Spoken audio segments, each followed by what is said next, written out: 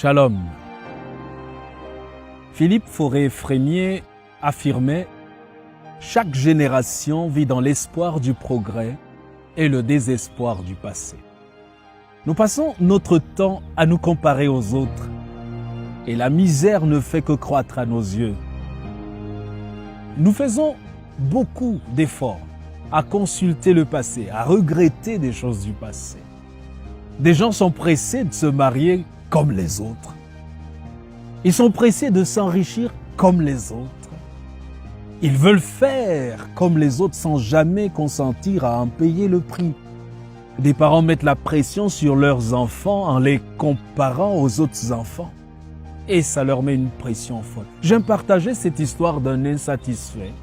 Un homme qui était devenu jaloux de ses amis parce qu'ils avaient des maisons plus grandes et plus luxueuses. Il a donc proposé la vente de sa maison à une société immobilière pour plus tard acheter une maison plus impressionnante selon lui. Un peu de temps après, l'annonce est passée dans un journal de la place dans la rubrique immobilier. Il trouve une maison qui lui semblait juste. Le journaliste qui avait rédigé cette annonce l'avait si bien décrite. Une ferme reposante, l'air y est réparateur, un châtelet de roi très calme, un lac artificiel où vous avez du bon poisson frais, une ferme tout à côté d'où vous avez du lait frais, vous pouvez vous en procurer. Bref, une maison de rêve. Waouh! Il appelle l'agent immobilier pour se renseigner au sujet de cette maison qui l'intéressait déjà et qui était exactement ce qu'il recherchait. L'agent lui a posé plusieurs questions à ce sujet et après des éclaircissements, il dit « Mais monsieur, c'est votre maison qui est ainsi décrite. » Le vieux fermier lui dit « Retirez l'annonce, je ne vends plus ma maison. » Très souvent, on ne se contente pas de ce qu'on a et de ce qu'on est parce qu'on ne sait pas la valeur de ce qu'on a et de ce qu'on est. On convoite à gauche et à droite.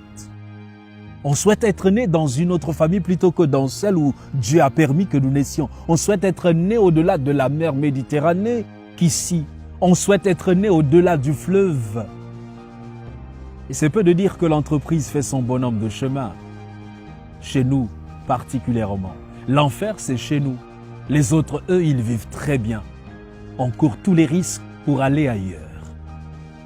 Sur le chemin de la conquête du bonheur, l'homme n'a que trouvé inconsistance, ennui, ignorance et douleur. Cette dernière, la douleur, se vit dans le palais somptueux du riche comme dans le hameau du pauvre.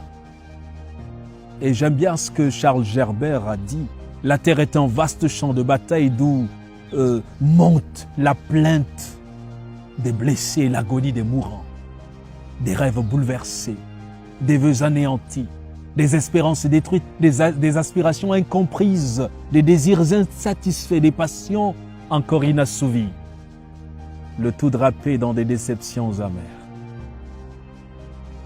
Ce qu'il nous faut en réalité, c'est ce que Dieu a dit dans la première épître de Paul à Timothée. Ce conseil est très vital. On trouve ce conseil dans 1 Timothée au chapitre 6. À partir du verset 6 jusqu'au verset 10. C'est en effet une grande source de gain que la piété avec le contentement. Car nous n'avons rien apporté dans le monde et il est évident que nous n'en pouvons rien emporter.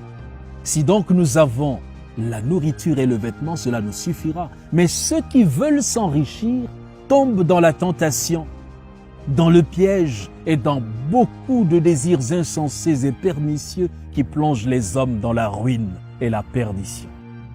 Car l'amour de l'argent est une racine de tous les maux. Et quelques-uns, en étant possédés, se sont égarés loin de la foi et se sont jetés eux-mêmes dans bien des tourments.